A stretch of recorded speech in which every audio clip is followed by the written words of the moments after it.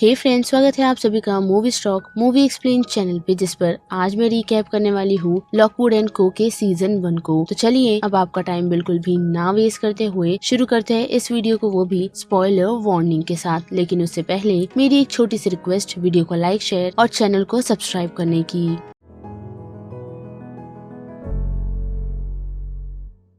Series की शुरुआत हमें लूसी से दिखाई जाती है, जिसकी मदर उसे जेकॉब एंड को नाम की एक एजेंसी के पास ले जाती है ताकि लूसी उनके साथ काम कर कुछ पैसे कमा सके। पर इतना ही नहीं, बल्कि हम ये भी देख पाते हैं कि लूसी और उसकी मॉम के रिलेशन अच्छे नहीं। पर शॉकिंग बात ये है कि लूसी एक लिसनर है। बात करें लिसनर की, तो लूसी के पास एक ऐसी पावर है जिसकी मदद से वो सुपर नेचुरल चीजों को सुन सकती है। जिसे हम आसान भाषा में कहें तो वो आत्माओं की आवाजों को सुन और महसूस कर सकती है। साथ ही लूसी इस एजेंसी को इसलिए भी नहीं ज्वाइन करना चाहती है क्योंकि उसे अपने ही पावर से डर लगता है। पर अब उसके पास ऑप्शन ना होने के कारण उसे एजेंसी ज्वाइन करनी पड़ती है, जहां वो काफी अच्छा परफॉर्म तो कर रही है और साथ ही उसकी एक बेस्ट फ्रेंड भी है जिसका नाम नूरी है। लेकिन अनफॉर्चुनेटली एक इंसिडेंट के दौरान वो अपनी बेस्ट फ्रेंड नूरी को खो देती है, जो मरी नहीं बल्कि गोस्ट लॉक हो चुकी है। वो भी लूसी के यानी कि उन्हीं की एजेंसी के बॉस के कारण, जिन्होंने वक्त रहते उन सभी स्टूडेंट्स की हेल्प करने की कोशिश तक नहीं की, जिस कारण लूसी को भी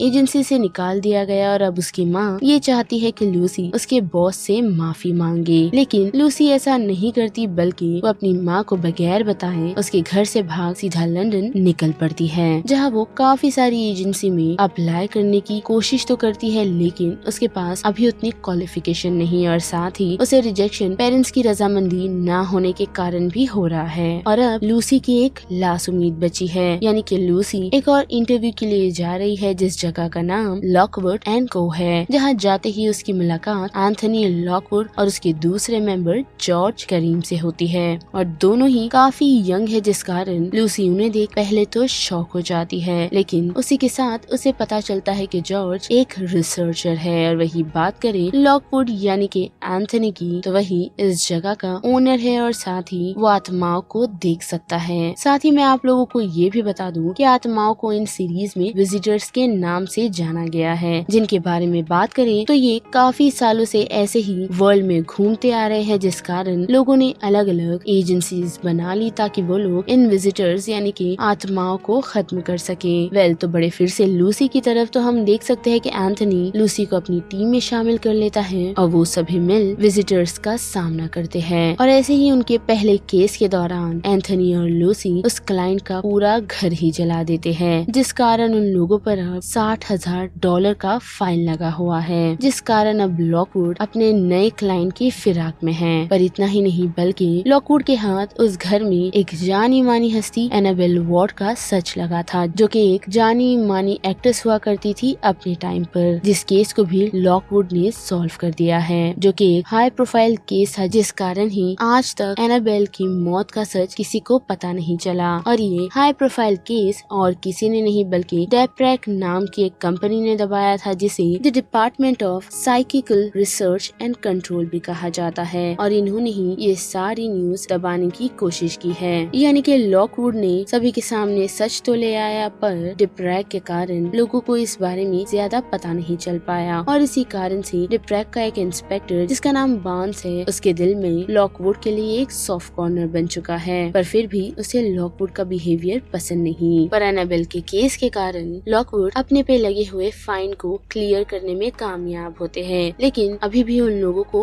पैसों की जरूरत है। लेकिन इतना ही नहीं, बल्कि उन्हें अपनी कंपनी को चलाने के लिए काफी स्ट्रॉन्ग क्लाइंट्स भी चाहिए, जिसके लिए उन सभी के सामने एक मौका निकल कर आता है, वो भी खुद चलते हुए। यानी कि उनसे मिलने के लिए हम दो शख्स को देख सकते हैं, जिनका नाम सेबेस्टियन और पैमेला जॉपलिन है, जो दोनों ही कब्रिस्तान के ओनर है। और उन लोगों ने लॉकवुड एंड को के लिए काम लाया है। जो काम उन्हीं के कब्रिस्तान कैंसल ग्रीन सेमेट्री का है, जो कि लंदन का एक जाना माना सेमेट्री यानी कि कब्रिस्तान है, जिसे बिकरस्टाफ फैमिली ओन करती है। और वही हम देखते हैं कि जॉपलिन लॉकवुड को ये बताती है कि उन्हें सेमेट्री में जाकर एक कब्र को खोदना है, क्योंकि उन्हें ऐसा लग रहा है कि उस कब्र के अंदर कुछ है। साथ ही वो एक अनमार्क्ड ग्रेव है और उसके अंदर टाइप 2 विजिटर होने का खतरा है।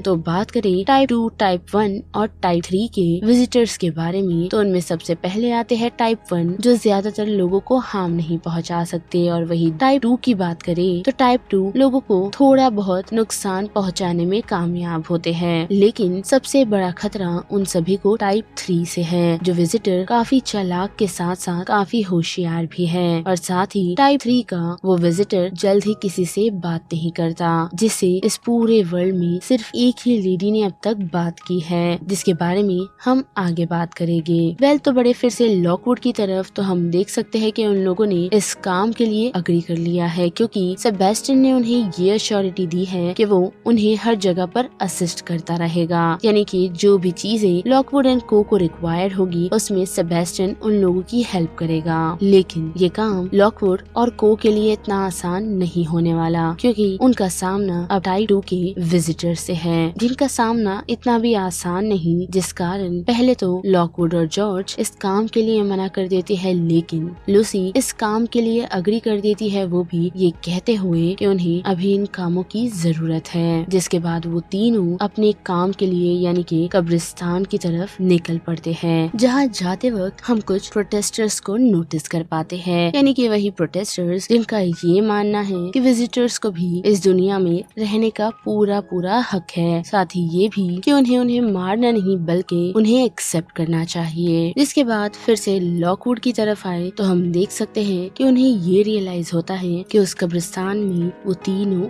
अकेले हैं। जी हाँ, सेबेस्टियन ने उन लोगों से झूठ कहा था कि वो उन लोगों की हेल्प करेगा, लेकिन फिर भी जॉर्ज, लॉकवुड और लूसी रुकते नहीं और वो लोग अपनी तैयारी जारी रखते हैं, यानी कि उस ग्रेव के पास पहुँच वो लोग सारे इंतजामात कर तो देते हैं, लेकिन जब लूसी उस ग्रेव के पास आवाजों को सुनने की कोशिश करती है तो उससे वो काफी थका हुआ महसूस करती है, साथ ही उसे कुछ भी ठीक नहीं लग रहा होता। पर उसे इतना तो अंदाजा हो जाता है कि जो भी विजिटर उस कफिन में है वो काफी ही पावरफुल है। पर इतना ही नहीं बल्कि ग्रेव को डिग करने पर वो लोग ये नोटिस कर पाते हैं कि जिस कफिन में उस बॉडी को रखा गया है वो कफिन पूरी तरह आयरन का बना हुआ है, जो चीज लॉकवुड को बिल्कुल समझ नहीं आती, क्योंकि जिस कब्र को उन लोगों ने खोदा है वो कब्र दी प्रॉब्लम्स के पहले की है, यानी कि इन विजिटर्स की यहाँ होने के पहले की। तो वो इस बात को लेकर काफी कंफ्यूज है कि उस समय विजिटर्स का इतना नॉलेज किसे था, कि किस तरह एक आयरन केज की मदद से विजिटर्स को प्रॉपर मेथड से किस तरह लॉक किया जाए। पर उसी के साथ लॉकवुड ये रियलाइज करता है कि उन्हें जल्द से जल्द इस टाइप 2 की स्पिरिट को ट्रैप करना होगा, वरना ये उन सभी के लिए एक थ्रेट भी यानी कि एक खतरा भी साबित हो सकती है, क्योंकि कफिन को खोलने पर उन लोगों को एक मिरर भी मिला है जो सभी लोगों को ऑलमोस्ट खुद की तरफ अट्रैक्ट कर रहा था, लेकिन लॉकवुड उसे रोकने में कामयाब होता है, वो भी सिल्वर से बने हुए एक नेट के जरिए उस मिरर को ढककर। पर जॉर्ज के स्लिप होने के कारण फिर से वो ग्रेव सभी के सामने एक्सपोज हो जाती है और उस कारण वो विजिटर आजाद, जिसमें लूसी उन लोगों की हेल्प करने के लिए नहीं पहुंचती, क्योंकि उसका माइंड ऑफ स्टेट कहीं और ही है, यानी कि लूसी कुछ बातें याद कर रही है जिन बातों को लेकर वो काफी ही कंफ्यूज है। पर फिर वो खुद को संभालती हुई उन लोगों की हेल्प करने में कामयाब होती है और हम देख पाते हैं कि घर लौटते ही लूसी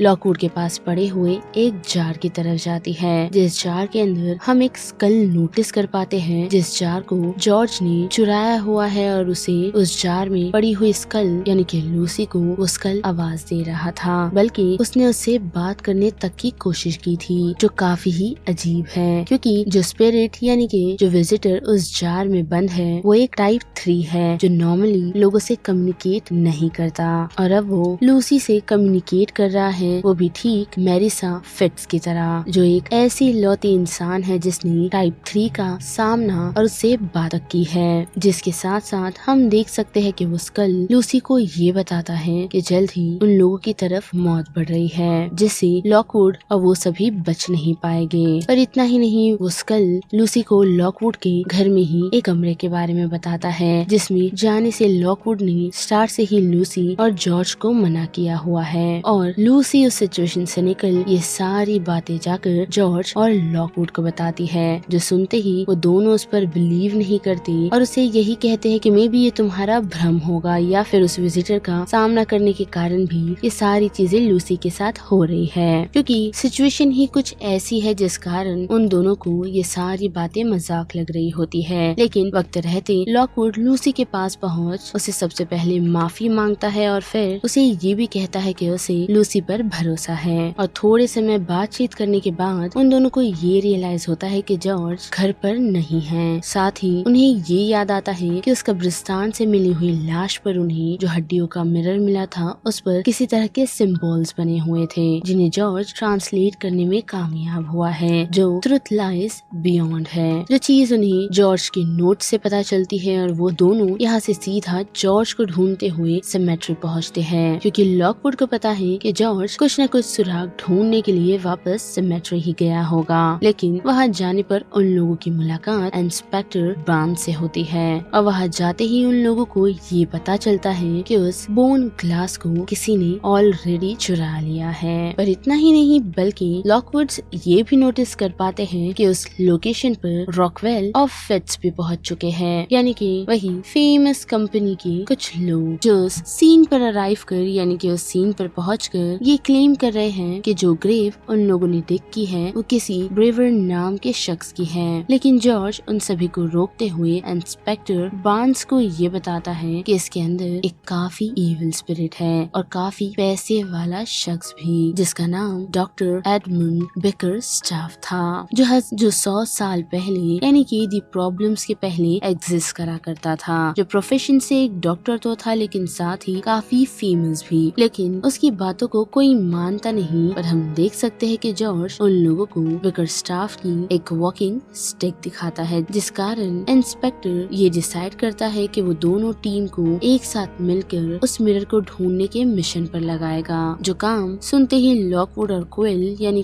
कि फिट्स की टीम का लीडर एक दूसरे के साथ बेट लगा लेते हैं कि अगर कोई भी हारा तो उन्हें ये फील्ड छोड़नी होगी। जिसके बाद लॉकवुड और लूसी इस सोच में डूब जाते हैं कि किस तरह उस चोर ने उस मिरर को सभी के रहते चुराया होगा। लेकिन उसी दौरान उन्हें यानी कि जॉर्ज को पास ही के लेक में एक डेड बॉडी फ्लोट करती हुई नजर आती है, जिसकी आंखें नहीं होती और बार्न्स उन्हें ये बताता है कि उस शख्स ने खुद ही की आंखों को अपने ही हाथों से निकाला है और अब वो जल्द से जल्द उन लोगों को अपना काम खत्म करने के लिए कहता है, क्योंकि उसे इतना समझ आ चुका है कि अगर वो बोन मिरर किसी के हाथ लग गया तो काफी खतरा भी हो सकता है। तो अब अपने काम को जल्दी करने के लिए लॉकवुड अपनी एक पुरानी दोस्त फ्लोरेंस से मिलता है, जिसे चोरी किए हुए सामानों की काफी सारी इन्फॉर्मेशन रहती है और हम देख सकते हैं कि लॉकवुड उसमें कामयाब भी होता है, क्योंकि फ्लोरेंस को उस मिरर की थोड़ी बहुत भनक है और वो उन्हें बताती है कि क्रेवर नाम का एक शख्स उस मिरर को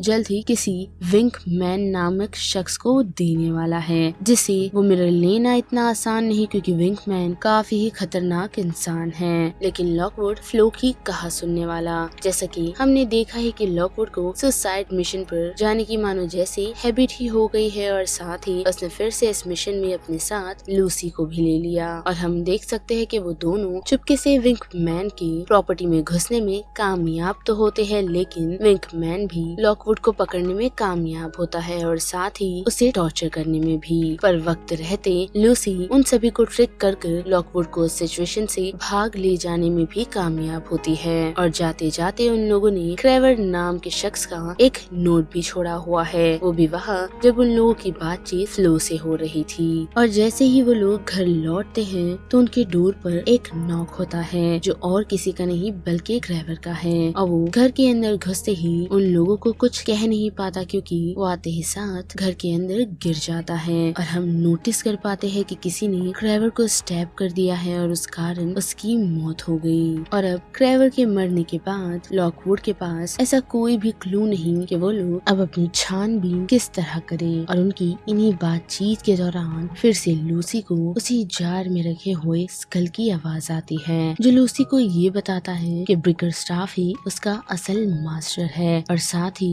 उसका मास्टर अपने मिशन को पूरा पूरा करने के लिए वापस भी आएगा। लेकिन इतना ही नहीं बल्कि वो स्कल उसे यानी कि लूसी को ये कहता है कि वो उसे ब्रिकरस्टाफ के घर ले जाए और बदले में वो उसे ये बताएगा कि एक्चुअल में वो ग्लासबोन करता क्या है। और हम देख सकते हैं कि लूसी ब्रिकरस्टाफ के घर आ पहुंचती है, जहां लूसी को ब्रिकरस्टाफ की एक डायरी मिलती है जिसमें कुछ रिचुअल्स के साथ साथ काफी सारे एक्सपेरिमेंट्स के बारे में लिखा होता है। और उन तीनों को उस नोट से इतना तो समझ आ जाता है कि ब्रिकरस्टाफ लोगों यानी खुद ही के पेशेंट्स को वो मारकर उनके बॉडी के पार्ट को वो एज ए सोर्स इस्तेमाल कर रहा था, यानी कि वो खुद ही के पेशेंट्स को खुद का काम करने पर मजबूर कर रहा था, वो भी उन लोगों को बिन वजह मारकर। पर सिर्फ ब्रिकरस्टाफ ने उन लोगों को मारा ही नहीं बल्कि हमेशा के लिए गोस्ट में बदल दिया और साथ ही उनके सोर्सेस को एक फॉरएवर बॉन्ड जैसा बना दिया। साथ ही जॉर्ज को उसकी किताब पढ़ने पर यह भी पता चला है कि ब्रिकरस्टाफ 7 गोस्ट को कैप्चर करना चाहता है, जिसकी मदद से ही वो अपने इस बोन क्लास को पूरा कर पाएगा। लेकिन इतना ही नहीं बल्कि जॉर्ज ये भी बताता है कि ब्रिकरस्टाफ एक साइकोलॉजिकल एक्सपर्ट भी था जिसने काफी सारे सीक्रेट्स अपने साथ रखे हुए थे और वो ऐसे ही एक मीटिंग अपने घर में किया करता, जिनमें से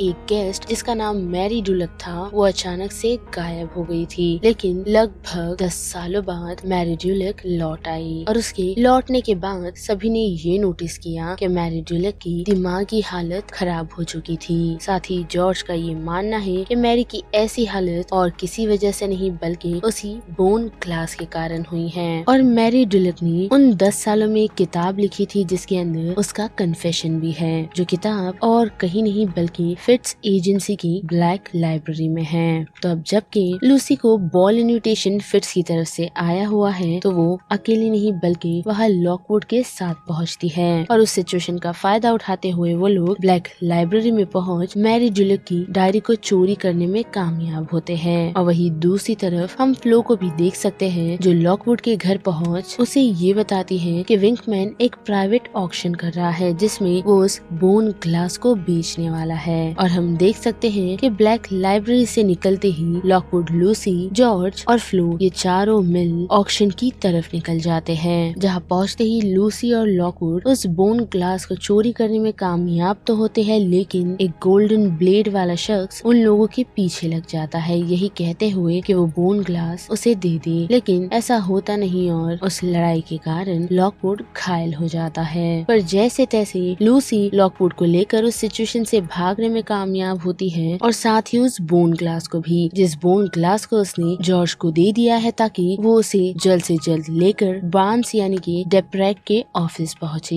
जिसके बाद हम देख सकते हैं कि लूसी और लॉकवुड मैरी डुलक्स की डायरी पढ़ रहे हैं, जिससे उन्हें ये समझ आता है कि ब्रिकरस्टाफ को और किसी ने नहीं बल्कि मैरी ने मारा था और उसे मारने के बाद उसने सभी लोगों को ऐसा दिखाया कि ये सारी चीजें एक सेल्फ डिफेंस के कारण हुई। साथ ही मैरी ने अपना ये भी कन्फेशन रखा कि जब ब्रिकरस्टाफ यानी कि डॉक्टर ने उसे वो बोन ग्लास दिखाया था तो उसे देख मानो उसे ऐसा लग रहा था कि वो पागल हो जाएगी, लेकिन फिर भी वो जिंदा रही और ब्रिकरस्टाफ को उसने मार दिया, जिस कारण उसे हर रात ब्रिकरस्टाफ का सपना आता है। और इसी वजह से मैरी मेंटली थोड़ी डिस्टर्ब हो गई। जो सारी चीजें पढ़ते ही लूसी को ये रियलाइज होता है कि जॉर्ज अब तक लौटा नहीं, साथ ही वो बार्न्स के ऑफिस भी नहीं पहुंचा। जो बात जान लूसी के साथ साथ लॉकवुड भी काफी परेशान है और हमें पता चलता है कि जॉर्ज को अकेला छोड़ने के कारण उसने अपना एक नया दोस्त बना लिया, जो दोस्त और कोई नहीं बल्कि उसी ग्रेवयार्ड की लेडी है यानी कि जॉपलिन, जिसे अक्सर जॉर्ज की मुलाकात होती रहती है और वो दोनों एक दूसरे के काफी करीब आ चुके हैं। जिसके साथ साथ हम ये भी देख पाते हैं कि उस बोन ग्लास को डेप्रेक को देने के बजाय जॉर्ज जॉपलिन को कॉल कर उसे अपने साथ ब्रिकरस्टाफ के मेंशन ले जाता है। लेकिन वहाँ जाने पर जॉर्ज को ये समझ आता है कि जॉपलिन ने उसके साथ धोखा किया और ऐसा दिखाया कि उसे जॉर्ज के साथ टाइम स्पेंड करना अच्छा लगता था, लेकिन रियलिटी में जॉपलिन जॉर्ज को इस्तेमाल करना चाहती थी। और उसी मेंशन में जॉर्ज को कीप्स मिलता है जो उसे ही ढूंढते हुए यहाँ तक पहुँचा है। साथ ही जॉर्ज ये भी नोटिस कर पाता है कि कीप्स जब विजिटर्स से लड़ रहा था तो उसकी पावर उन्हें खत्म करने के लिए इनफ नहीं हो रही थी, यानी कि धीरे धीरे कीप्स की पावर खत्म हो रही है, जिस कारण जॉर्ज उसकी हेल्प करता है। लेकिन वही हम जॉपलिन को देख पाते हैं जो उसे पकड़ लेती है, जो चीज जॉर्ज के बिल्कुल समझ नहीं आती। पर उसे इतना तो क्लियर हो जाता है कि अगर कीप्स नहीं आता तो उसकी जगह जॉर्ज को ही वो पकड़ती, पर फिर भी वो जॉपलिन पर भरोसा करने के लिए तैयार है, यही सोचते हुए कि वो कीप्स को कोई भी हार्म नहीं पहुंचाएगी। और वही दूसरी तरफ स्कल ने लूसी को ये बताया है कि शायद से वो बोन ग्लास एक अलग डायमेंशन की तरफ लीड करता है, जिसे कोई शख्स अपनी आंखों से नहीं बल्कि दूसरे कमजोर की आंखों से उन सारी चीजों को देख सकता है। और ऐसा हम मान कर चल सकते हैं कि जॉपलिन ने इसी कारण से कीप्स या फिर जॉर्ज को पकड़ा है, ताकि वो उनकी नजरिए से वो सारी चीजें जो कि बोन ग्लास के पार है उसे देख सके। जिस बात से लूसी को ये समझ आ जाता है कि जॉर्ज काफी बड़े खतरे में है। साथ ही शायद से जॉपलिन को ये भी पता चल गया था कि यंग लोगों के पास एक ऐसी एबिलिटी है जिससे वो लोग उस बोन ग्लास के बियॉन्ड देख सकते हैं, और इसी कारण से उसने जॉर्ज को अपना टारगेट बनाया। साथ ही हमें ये भी पता चलता है कि कार्वर को मारने वाला शख्स और कोई नहीं बल्कि जॉपलिन ही थी, क्योंकि उस शख्स को ये पता चल गया था कि वो बोन ग्लास कितना वैल्यूएबल है, जिस कारण ही जॉपलिन ने कार्वर के साथ ऐसा किया। साथ ही जॉपलिन ने अब जॉर्ज को पकड़ा है, क्योंकि उसे इतना तो समझ आ गया है कि कीप्स के पास उतनी पावर नहीं कि वो बोन ग्लास के पार झांक सके, जिस कारण उसने अब जॉर्ज को बंदी बना लिया। लेकिन वक्त रहते लूसी वहाँ जॉर्ज को छुड़ाने के लिए पहुँच जाती है, जो जॉपलिन को यही कहती है कि बोन ग्लास के पार देखने के लिए वो रेडी है, क्योंकि जॉर्ज के पास उतनी पावर नहीं कि वो सारी चीजें देख सरवाइव कर सके, जिस कारण जॉपलिन भी अग्री हो जाती है और वो जॉर्ज को छोड़ लूसी को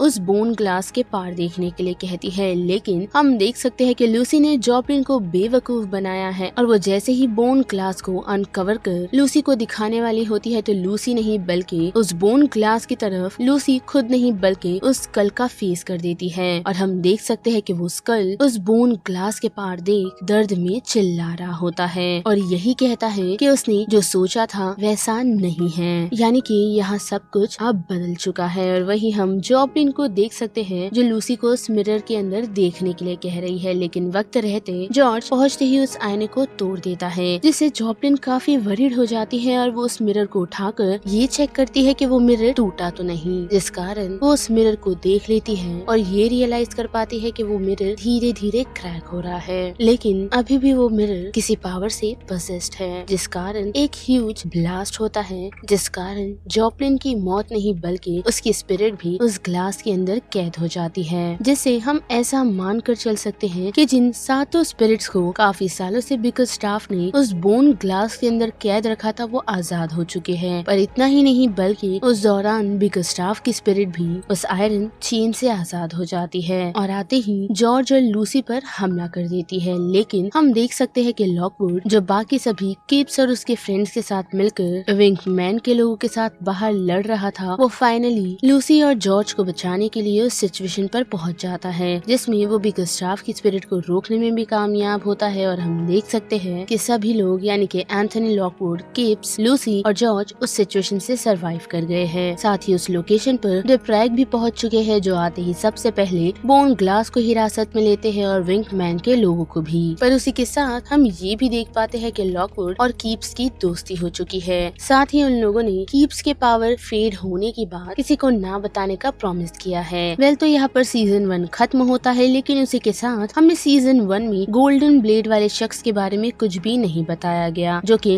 लूसी, जॉर्ज और लॉकवुड के पीछे फिट्स बिल्डिंग की ब्लैक लाइब्रेरी से लगा हुआ है, जिसे देखकर हम क्लियरली ये कह सकते हैं कि वो एक एजेंट नहीं, लेकिन उसी के साथ हमें ये भी पता चलता है कि वो गोल्डन ब्लेड वाला शख्स और किसी के लिए नहीं बल्कि पेनेलोपी फिट्स के लिए काम करता है, जो कि फिट्स ग्रुप की लीडर है। साथ ही वो गोल्डन ब्लेड वाला शख्स बार बार उस ब्रोकन ग्लास के बारे में ही बात कर रहा था, मानो जैसे वो ब्रोकन ग्लास उसके लिए काफी अहम है। तो हम ऐसा मान कर चल सकते हैं कि सेकंड सीजन में हमें यही बताया जाएगा कि पेनेलोपी फिट्स उस बोन ग्लास के पीछे क्यों लगी हुई थी। और वही दूसरी तरफ बात करें लॉकवुड की, तो हम देख सकते हैं कि लॉकवुड डिप्रेग के ऑफिसर को इस बारे में नहीं बताता कि उसे गोली किसने मारी है, जो कि और कोई नहीं बल्कि गोल्डन ब्लेड ही था। और उसी के साथ हमने ये भी देखा कि लूसी को जिस तरह स्कल ने ये कहा था कि लॉकवुड उन सभी से उस रूम में रखी हुई काफी सारी चीजों के बारे में छुपा रहा है, लेकिन एंड में हम देख सकते हैं कि लॉकवुड जॉर्ज और लूसी को उसी रूम में ले जाता है, यही बताते हुए कि उसका उस रूम से काफी सेंटिमेंट जुड़े हुए हैं। और यहीं पर लॉकवुड एंड को का सीजन 1 खत्म होता है, जिस बारे में अब आप सभी की क्या राय बनती है उसे लेकर आप मुझे कमेंट सेक्शन में बता सकते हो। साथ ही वीडियो आपको पसंद आई आई तो वीडियो को लाइक, शेयर और चैनल को सब्सक्राइब करना मत भूलिएगा। बाकी मैं मिलूंगी आपको फिर किसी मूवीज या सीरीज के रीकैप के साथ। तब तक के लिए आप movie stock movie explain channel के बाकी वीडियोस को एंजॉय कीजिए। Till then bye.